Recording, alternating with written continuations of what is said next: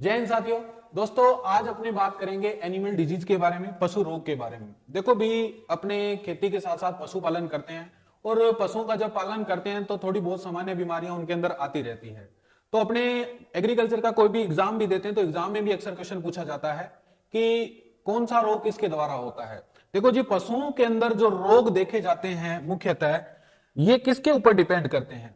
पशु रोग जो डिपेंड करेगा पशु के वातावरण के ऊपर करेगा, उसके रहन सहन पर करेगा, उसके खान पान पर करेगा। ये सारी की सारी जो चीजें हैं पशु के स्वास्थ्य को प्रभावित करती है। अगर पशु का वातावरण सही नहीं है और पशु को अपनी अच्छी जगह नहीं रख रहे हैं तो रोग आना क्या है, स्वाभाविक बात है।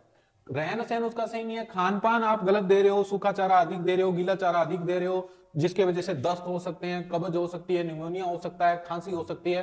तो पशुओं के सारे जो फैक्टर है प्रमुखता प्रभावित करते हैं। अब बात करते हैं कि पशुओं के अंदर जो रोग है वो कितने प्रकार के होते हैं। देखो पशुओं के अंदर जो रोग देखे जाते हैं ये प्रमुखता 5 प्रकार के देखे जाते हैं। तो वो 5 प्रकार कौन कौन से हैं दोस्तों? तो देखिए, पशुओं के अंदर सबसे ज्यादा रोग देखे जाते हैं वायरस जनित रोग, यानी कि वायरस से होने वाले रोग जो है उनको क्या बोला जाता है, वायरस जनित रोग कहा जाता है।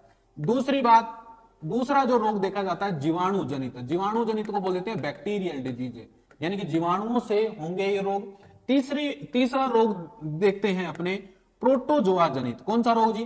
प्रोटोजोआ जनित, यानी कि इनको बोल देते हैं परजीवी से होने वाले रोग, परजीवी रोग। जू है, चींचड़ी है, किल्ली है, इनके द्वारा होने वाले रोग। चौथा रोग है जी चयापचय रोग या इसको अपने बोलते हैं मेटाबॉलिज्म रोग, मेटाबॉलिज्म डिजीज। देखो जी, मेटाबॉलिज्म डिजीज किसके द्वारा होती है? आहार के अंदर किसी पोषक तत्व की कमी है तो पोषक तत्व की कमी से कोई रोग होगा तो उसको अपने क्या बोल देते हैं दोस्तों? मेटाबॉलिज्म रोग बोल देते हैं। 5 नंबर लास्ट आपका आता है जन्मजात रोग। क्वेश्चन यही से ही आता है। आपको मोटा मोटा क्लासिफिकेशन पता होना चाहिए कि पशुओं के अंदर जो रोग है वो वायरस जनित कौन कौन से हैं, जीवाणु जनित कौन से हैं, प्रोटोजोआ जनित कौन से हैं, चयापचय रोग कौन से हैं, या अपने बोल देते हैं जन्मजात, यानी कि जन्म से होने वाले रोग कौन से हैं। तो अब इनके अंदर कौन कौन से रोग आते हैं इसकी आपको जानकारी होनी चाहिए। और यहां से क्वेश्चन कंफर्म आता है, 101% आता है, चाहे आपका बोर्ड का एग्जाम हो, चाहे आपका जेट का हो, चाहे एग्रीकल्चर सुपरवाइजर का हो, चाहे डब्ल्यूओ का हो, इसमें से आपको क्वेश्चन मिल ही जाएगा। सबसे पहले बात करते हैं अपनी वायरस डिजीज की। तो वायरस डिजीज कौन कौन सी होती है, कौन कौन सी डिजीज इसके अंदर आती है? बात करते हैं वायरस जनित, इसको बोला जाता है दोस्तों वायरल डिजीज। देखो दोस्तों, पशुओं के अंदर जितने भी भयंकर रोग होते हैं वो वायरस के द्वारा होते हैं। भयंकर जितने भी रोग होते हैं वो किसके द्वारा होता है? वायरस के द्वारा। ये सबसे खतरनाक रोग होते हैं। तो इसके बारे में तो आपको बताने की आवश्यकता ही नहीं है, क्योंकि हाल ही में अपने भी एक वायरस से निपटे हैं जिसका नाम पता है कि डिटेल आपको वायरस के बारे में तो बताने की जरूरत नहीं है क्योंकि अपने खुद भुगतभोगी हैं। तो देखो, पशुओं के अंदर वायरस जनित रोग होते कौन कौन से हैं ये देखते हैं। सबसे बड़ी बात देखो भाई, इसके लिए एक ट्रिक आती है, एक ट्रिक दी जाती है। ट्रिक का नाम है एम फर। इस ट्रिक में लगभग आपके जो वायरस जनित रोग है दोस्तों वो कंप्लीट हो जाएंगे। क्लियर मामला? अब एक एक डिफाइन करते हैं कौन कौन से रोग है। देखो जी, एम का क्या बनता है? एम का मीन्स है यहां मेरेक्स, और मेरेक्स रोग होता है आपका मुर्गियों के अंदर। क्लियर मामला? एफ का मतलब है दूसरा फाउल पॉक्स, या फाउल पॉक्स को हिंदी में बोल देते हैं चेचक रोग। ये भी एक मुर्गियों का ही रोग है। आर का है जी रिंडर पेस्ट, आर का है रानीखेत, और आजकल इसका नाम ले देते हैं न्यू कैसल। ये ट्रेंड ज्यादा चल रहा है, न्यू कैसल रोग लिखा जाता है इसको ज्यादातर।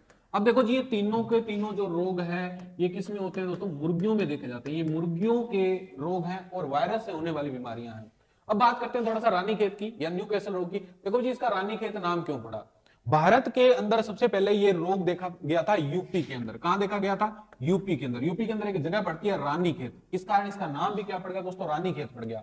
और विश्व में सबसे पहले ये रोग देखा गया था यूके के अंदर, और यूके के अंदर एक जगह है न्यू कैसल, तो इसका नाम भी क्या पड़ गया? न्यू कैसल रोग पड़ गया। तो ये तीनों के तीनों जो रोग है किसमें देखे जाते हैं? ये मुर्गियों में आपके देखे जाते हैं। क्लियर मामला?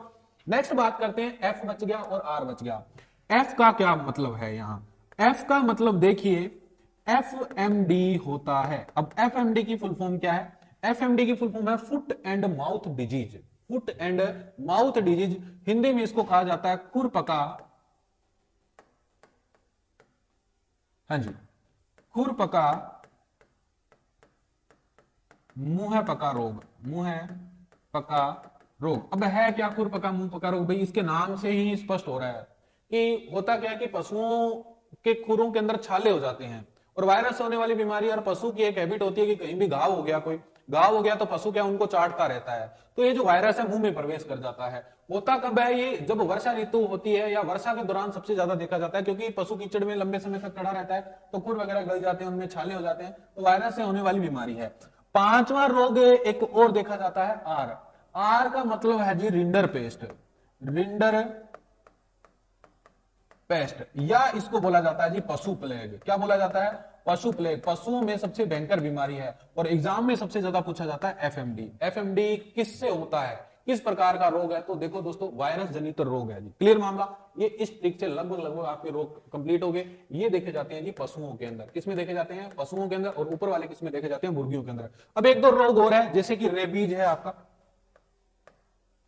रेबीज। रेबीज को बोला जाता है पागलपन। रेबीज को क्या बोला जाता है? पागलपन। देखो भी कई बार पशुओं के अंदर पागलपन आता है, कुत्ता वुत्ता काट लेता है तो जिसके कारण रेबीज हो जाता है। और पशु का मेन सिम्टम है कि पशु खाना पीना छोड़ देता है, टक्कर मारता रहता है इधर उधर, और पानी से बड़ा दूर भागता है। ठीक है, तो ये किसका सिम्टम्स है? आपके रेबीज का सिम्टम्स है जी, पागलपन है। एक रोग और देखा जाता है 2.5 दिन का बुखार। 2.5 दिन का बुखार, या इसको बोला जाता है अडैया। अडैया या 2.5 दिन का बुखार क्यों बोला जाता है? भी आपके जीके में भी आप पढ़ते हो अडैया बुखार, जीके में आप पढ़ते हो 2.5 दिन का झोपड़ा। और 2.5 दिन का क्यों? कि 2.5 दिन में निर्माण हो गया, सीधी सी बात है।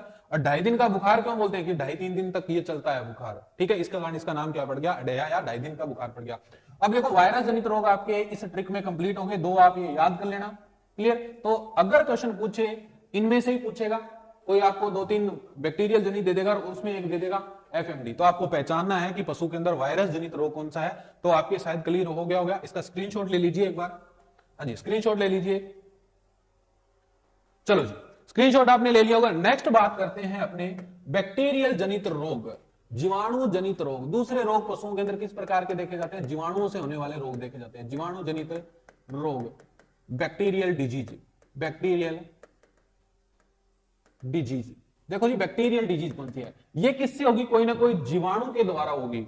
और पशुओं में लगभग जो रोग देखे जाते हैं वो जीवाणु से देखे जाते हैं। लगभग जो रोग देखे जाते हैं वो किसके द्वारा होते हैं? ये जीवाणु जनित रोग होते हैं। अब जीवाणु जनित रोग है कौन कौन से पशुओं के अंदर, वो भी देखते हैं कौन कौन से रोग आते हैं इसके अंदर।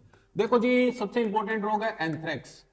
एंथ्रेक्स वैसे तो है भेड़ों का रोग, परंतु जुगाड़ी करने वाले पशुओं में भी देखा जाता है, जुगाड़ी करने वाले पशुओं में देखा जाता है। और एकमात्र ऐसा रोग है पशुओं से मानव में फैलता है, इस कारण इसको वूल सोर्टर डिजीज भी कहा जाता है। क्योंकि भेड़ों का प्रमुख रोग है, और भेड़ से अपने को क्या प्राप्त होती है? ऊन।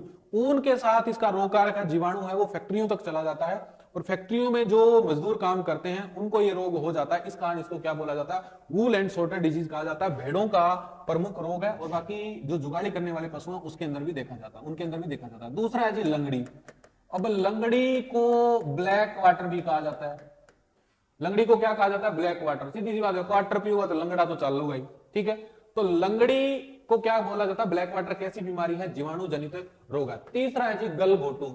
गलघोटू, इसको बोला जाता है HS, हिमोरजिक सेप्टेसिनिया रोग बोला जाता है। गुरका या गुड़का रोग भी बोल देते हैं। पशु की गिल्टियां हैं, सूज जाती है, जिस कारण इस रोग का नाम ही क्या पड़ गया? गलघोटू पड़ गया। क्लियर मामला? 3 हो गया, एंथ्रेक्स हो गया, लंगड़ी हो गया, गलघोटू हो गया। चौथा है जी थनैला रोग। चौथा कौन सा आपका? थनैला रोग। देखो जी, थनैला रोग भी किसके कारण होता है? पशुओं के अंदर जीवाणु जनित रोग है। कई बार क्या है कि अपने पशुशाला की अच्छे से सफाई नहीं रखते हैं, पशुशाला की अच्छे से सफाई नहीं रखते हैं, गंदे हाथों से दूध निकालते हैं, तो जो जीवाणु है वो थनों के अंदर प्रवेश कर जाता है और थन को परमानेंट बंद कर देता है, जिससे क्या है कि अपने को आर्थिक हानि का सामना करना पड़ता है। थन ही बंद हो गया, पशु से अपने उत्पादन क्या मिलता है? दूध। और दूध किससे मिलता है? थनों से। अब एक थन बंद हो गया, 3 थनों से दूध आ रहा है, तो आर्थिक दृष्टि से हानिकारक रोग हो गया कि नहीं हो गया? भी पशु की इस रोग के अंदर मृत्यु नहीं होती है, परंतु जो पशुपालक है उसको आर्थिक हानि का सामना करना पड़ता है। ये थोड़ा सा ध्यान रखना, इंपॉर्टेंट रोग है। कैसा रोग जी? थनैला रोग। 5वीं रोग की बात करें जी, फड़किया। फड़किया, फड़किया को बोला जाता है ईटी। क्या बोला जाता है? ईटी, इंट्रोथोक्जिमा। इस रोग का मेन सिम्टम्स है कि पशु बिना लक्षण प्रदर्शित किए मर जाता है। अब नाम ही देख लो, पशु फड़क दड़ी मर जाए, ध्यान ही कौन लगे, किसी भी प्रकार के इलाज करने का टाइम ही नहीं देता है। ठीक है, तो नाम ही कैसा इसका, फड़किया है, पशु अचानक मृत्यु हो जाती है, ये भी एक प्रकार का इंपॉर्टेंट रोग है। अब बात करते हैं 6 नंबर की। 6 नंबर में आता है आपका ब्रूसेलोसिस। ब्रूसेलोसिस, इसको बोला जाता है जी संक्रामक गर्भपात। क्या बोला जाता है जी? संक्रामक गर्भपात। ठीक है, या एक और नाम है इसका बैग्स डिजीज। बैग्स डिजीज इसको कहा जाता है। अब होता क्या है, पशुओं के गर्भ गिर जाते हैं। जब पशु का गर्भ 5 से 7 माह का होता है तो पशु का गर्भ गिर जाता है। ठीक है, अब गर्भ भी गिर गया तो अपने को हानि का सामना थोड़ा सा करना ही पड़ेगा। ये कैसा रोग है? आपका जीवाणु जनित रोग है। क्लियर मामला, पशु के गर्भ गिर जाते हैं इसके अंदर। ठीक है, 7 नंबर देखो भी, टीबी। टीबी जो बीमारी है ये भी जीवाणु जनित है, इसको बोला जाता है क्षय रोग। क्या बोला जाता है दोस्तों? क्षय रोग इसको बोला जाता है। 8 नंबर पे आता है जी टिटनस। टिटनस भी एक ऐसा रोग है, जीवाणु से होने वाला रोग है। और एक और आपका सफेद दस्त। सफेद दस्त, ये सारे के सारे जो रोग है आपके जीवाणु जनित है। और सबसे ज्यादा इसके अंदर पूछा जाता है एंथ्रेक्स। एंथ्रेक्स, ये विशेष ध्यान रखना, एंथ्रेक्स भेड़ों का प्रमुख रोग है। इसको जूनोटिक रोग कहा जाता है। जूनोटिक रोग कहने का रीजन है कि पशुओं से मानव में फैलता है, इस कारण इसको जूनोटिक रोग बोल देते हैं। बाकी आगे देखेंगे इसकी डिटेल, ये आपको मोटा मोटा क्लासिफिकेशन मैंने बता दिया। एक बार इसका स्क्रीनशॉट ले लीजिए, कौन कौन से जीवाणु जनित रोग पशुओं के अंदर देखे जाते हैं। क्लियर मामला, स्क्रीनशॉट लीजिए जी इसका। चलो जी, लीजिए स्क्रीनशॉट। हाँ जी, स्क्रीनशॉट ले लिया होगा। नेक्स्ट बात करते हैं जी, हाँ जी, वायरस जनित हो गए, बैक्टीरिया जनित हो गए। तीसरा बात करते हैं प्रोटोजोआ जनित रोग। प्रोटोजोआ जनित को परजीवी जनित रोग भी कहा जाता है। परजीवी जनित रोग। अब परजीवी क्या होते हैं आप अच्छी तरीके से जानते हो। परजीवी का मतलब क्या है कि दूसरे के ऊपर अपना जीवन यापन करते हैं। जी आपा भी एक प्रकार का परजीवी। घरगांग ऊपर आपको जीवन यापन करा कौन करा, है ना? अपने भी क्या है, परजीवी है। भी पापड़ा होटल में खान लाग रहे हैं तो जब तक तो आप परजीवी हैं भाई।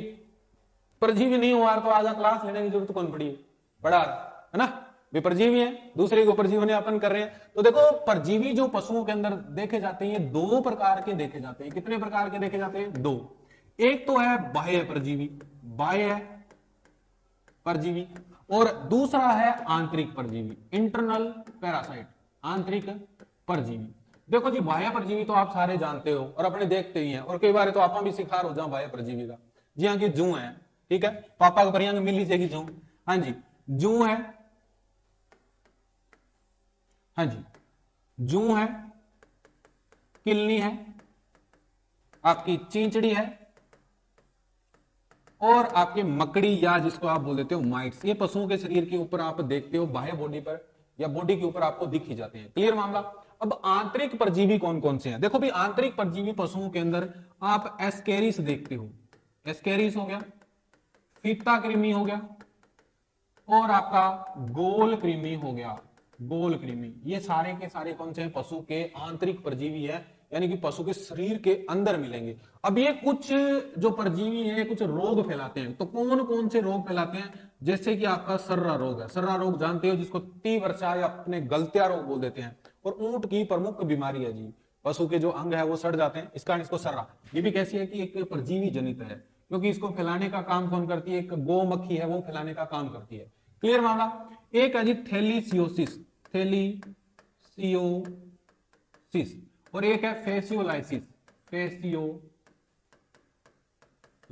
ये तीनों के तीनों जो रोग हैं, इन जीवाणुओं के द्वारा, इन परजीवियों के द्वारा, प्रोटोजोआ के द्वारा फैलाए जाते हैं पशुओं के अंदर। देखो जी, पिता कृमि तो जो जेट के स्टूडेंट है या जो बायोलॉजी जिन्होंने पढ़ी है, जिसको आप भेड़ के अंदर प्रमुखता देखते हो, यकृत के अंदर पाया जाता है, क्योंकि इसका जीवन चक्र है वो 2-3 जगह कंप्लीट होता है। सबसे पहले ये घोंगे में देखा जाता है। घोंगे के अंदर, घोंगा कहाँ रहता है? नदियों के किनारे या नदियों या नहरों के पास में मिल जाएगा।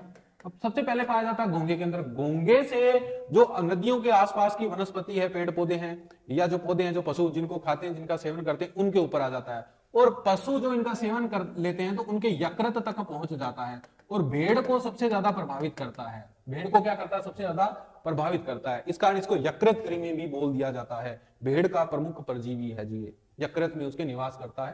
क्लियर मामला।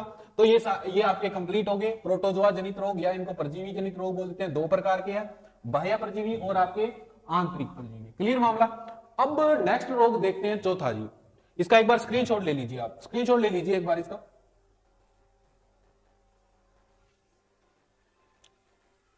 हाँ जी, स्क्रीनशॉट लीजिए इसका।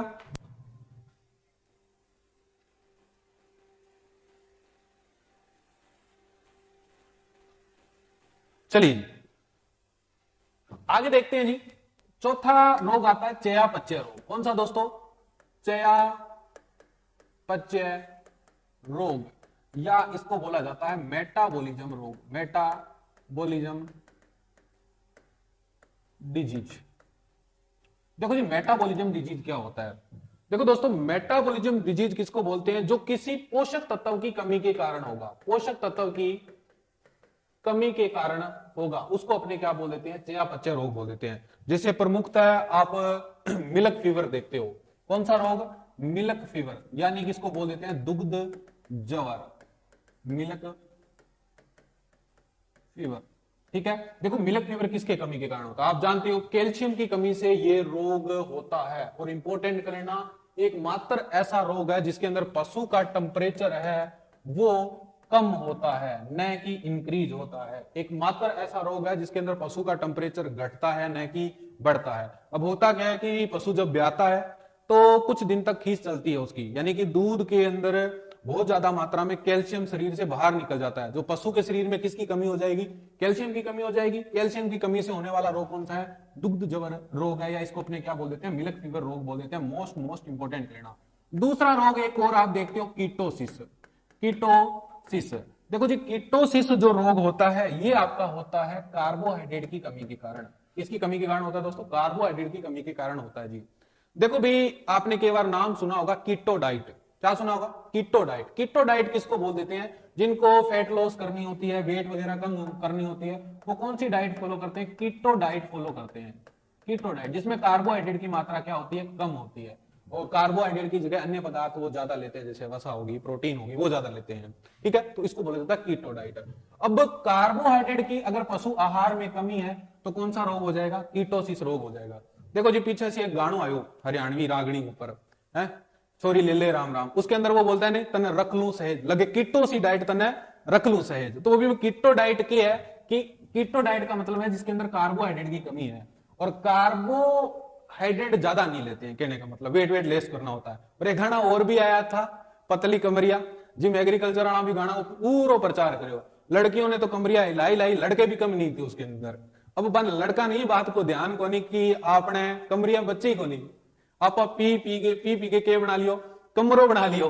ठीक है, तो कार्बोहाइड्रेट की कमी से कौन सा रोग होता है पशुओं के अंदर? कीटोसिस रोग होता है। तीसरा देखिए, एक और रोग देखते हो आप, ग्रास टिटेनी रोग। कौन सा देखते हो दोस्तों? Grass tetany. और ग्रास टिटेनी रोग होता है, ये मैग्नीशियम की कमी से होता है। देखिए जी, कई बार आप पशुओं के अंदर ग्रास टिटेनी रोग देखते हो मैग्नीशियम की कमी से। और आपके एग्रीकल्चर के अंदर एक पोषक तत्व वाला चैप्टर आता है जिसमें अपने एक एक पोषक तत्व का जब डिटेल से देखते हैं, तो मैग्नीशियम की जब डिटेल देखते हैं तो पशुओं के अंदर मैग्नीशियम की कमी से ग्रास टिटेनी। अब पशुओं के अंदर भी ग्रास टिटेनी रोग कैसे हो जाता है पोषक तत्वों के अंदर। तो देखो, जब पशुओं के अपने आहार देते हैं, आहार के अंदर कोई ना कोई चारा तो देते ही है। अगर चारे के अंदर मैग्नीशियम की कमी है तो पशुओं के अंदर कौन सा रोग हो जाएगा? Grass tetany. क्योंकि पशु मैग्नीशियम कहां से लेते हैं? कोई ना कोई सोर्स तो है ही, चारे से लेते हैं। अगर चारे में उसकी कमी है तो कौन सा रोग देखा जाएगा? ग्रास टिटेनी रोग देखा जाएगा। इसका एक बार स्क्रीनशॉट ले लीजिए आप। चयापचय रोग या मेटाबॉलिज्म डिजीज कौन कौन सी होती है? इंपॉर्टेंट है जी दुग्ध जवर, इसको मोस्ट इंपॉर्टेंट कर लेना, स्टार लगा लेना इसके ऊपर। ठीक है, चलो जी नेक्स्ट अपने बात करते हैं। लास्ट बच गया अपने जन्मजात रोग। पांचवा कौन सा बच गया जी? जन्मजात रोग, यानी कि जन्म से पशु के साथ ही आएगा ये। इस रोग का नाम है दोस्तों फ्री मार्टिन। कौन सा नाम है? Free Martin. अब फ्री मार्टिन है क्या? फ्री मार्टिन है क्या? देखो जी, फ्री मार्टिन जो रोग देखा जाता है ये प्रमुखतः गोवंश में देखा जाता है, केटल में देखा जाता है। किस में देखा जाता है? गोवंश या केटल में देखा जाता है। अब है क्या? देखिए गोवंश में अगर जुड़वा बच्चे पैदा हो गए, जुड़वा बच्चा पैदा हो गए और जुड़वा के साथ एक नर है और एक मादा है, यानी कि एक तो बछड़ा है और एक बछड़ी है, तो बछड़े में तो कोई दिक्कत नहीं है। अगर बछड़ी जुड़वा बच्चे के साथ आ गई तो ये हमेशा क्या रहती है, बांझ रहती है। क्या रहती है दोस्तों, बांझ रहती है, कभी ब्याह ही नहीं सकती। इस कारण इस रोग को क्या बोला जाता है, फ्री मार्टिन रोग बोला जाता है। होता किस केस में, अगर गाय ब्याही है, अगर दोनों नर है कोई दिक्कत नहीं है, दोनों मादा है तो भी कोई दिक्कत नहीं है, ठीक है। अगर एक नर है और उसके साथ एक मादा है, यानी कि कहने का मतलब एक बछड़ा है और एक बछड़ी है, तो ये जो बछड़ी है या जो मादा है ये कभी भी ज्ञाबिन नहीं हो सकती। ज्ञाबिन का मतलब गर्भ धारण नहीं कर सकती, गर्भ धारण नहीं कर सकती जी। इसी रोग को क्या बोला जाता है, फ्री मार्टिन रोग बोला जाता है। ये कोई ना कोई डिसऑर्डर है, रह ही जाता है पशु के, बहुत सारे डिसऑर्डर देखते हैं, तो इस रोग को क्या बोला जाता है, फ्री मार्टिन। इस केस में पशु के अंदर देखा जाता है और गोवंश का प्रमुख रोग है। देखो जी इसके अंदर आपके सारे के सारे जो मोटे मोटे डिजीज है वो कंप्लीट हो गए। आप कोई भी एग्जाम देते हो, जेट का, आईसीआर का, सुपरवाइजर का, बीएचयू का, ठीक है, डब्ल्यू का, तो आपको मोटा मोटा पता होना चाहिए कि जन्मजात रोग कौन से हैं, वायरस जनित रोग कौन से हैं, बैक्टीरिया जनित कौन से हैं, प्रोटोजोआ जनित कौन से हैं। तो आपसे क्वेश्चन भी कई बार दे देता है निम्न में से जीवाणु जनित रोग कौन से हैं, तो उनमें से आपको कुछ वायरस जनित, कुछ प्रोटोजोआ जनित रोग लिख देगा और आपको पहचानना क्या है, इनमें से जीवाणु जनित रोग कौन सा है। क्लियर मामला। तो वीडियो कैसी लगी कमेंट करके जरूर बताएं। Thank you.